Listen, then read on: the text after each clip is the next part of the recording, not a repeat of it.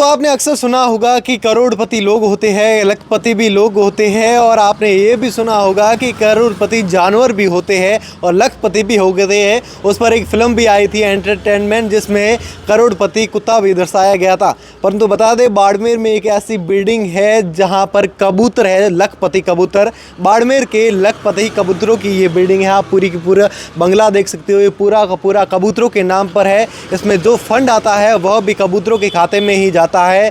जो इसमें लोग रहते हैं, जो किराए के पैसे आते हैं, वो भी कबूतरों के खाते ही में ही जाते हैं। एक कबूतर का ये एसोसिएशन बना हुआ है, जिसमें कोई भी फंड आता है वह कबूतरों के खाने में दाना पानी के लिए ही काम में उपयोग में लिया जाता है। ये पूरी की पूरी बिल्डिंग है, जो करीब 1998 में इसका निर्माण करवाया गया था, और इसका पूरा का पूरा फंड है जो कबूतरों के खाते में ही जाता है। लाखों रुपए की ये बिल्डिंग आज के नाम कबूतरों के नाम पर ही है।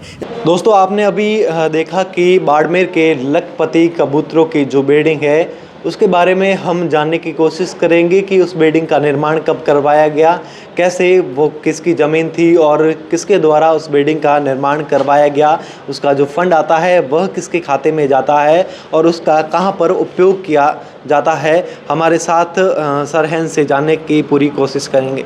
सर, जो बिल्डिंग है जो कबूतरों के नाम से बनाई गई है, वो किसकी कब की ज़मीन थी और किसके नाम पर? एक कबूतर धर्मास ट्रस्ट बना हुआ है। ये 40 साल पुराना ट्रस्ट है। इसकी 3 प्रॉपर्टियाँ हैं। पहले तो सब्जी मंडी के अंदर चौतरा बना हुआ है, जिसमें लोग कबूतर डालते हैं। उसके नीचे दुकानें बनी हुई है, उसका किराया आता है। इसके अलावा एक प्रॉपर्टी स्टेशन रोड पे थी, उसको बेच के 1978 में जो उसके पैसे आए थे, जो सुमेर गौशाला के पास ज़मीन थी, उसमें बिल्डिंग बनाई, जिसमें लोगों का जो किराया आता है। वर्तमान में कबूतरों के कहीं दाने डलाना होता है या कहीं पानी डलाना होता है।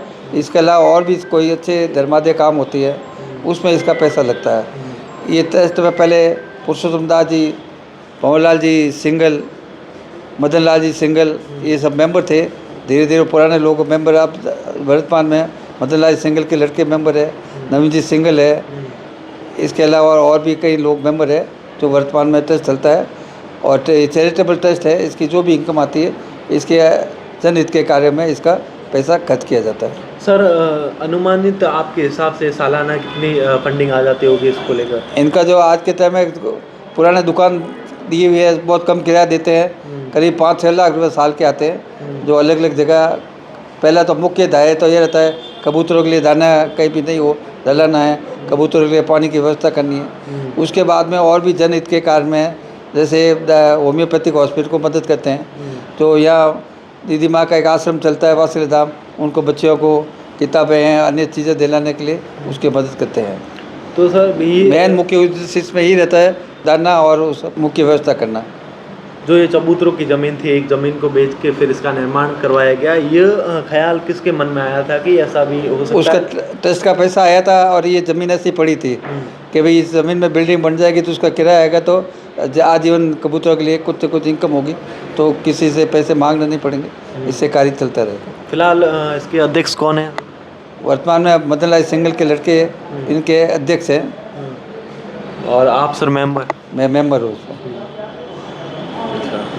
तो दोस्तों हमने जाना कि जो कबूतरों की जो बिल्डिंग है, उसमें सालाना 9 लाख रुपए आते हैं। उसका उपयोग कबूतरों के हित में ही किया जाता है, उनके दाने पाने के लिए, और जो फंडिंग ज़्यादा बचती है उसका सही कार्यों में उसका उपयोग किया जाता है। ऐसी अपडेट के लिए लगातार जुड़े रहिए द खटक से। मैं आपका साथी राजेंद्र सिंह।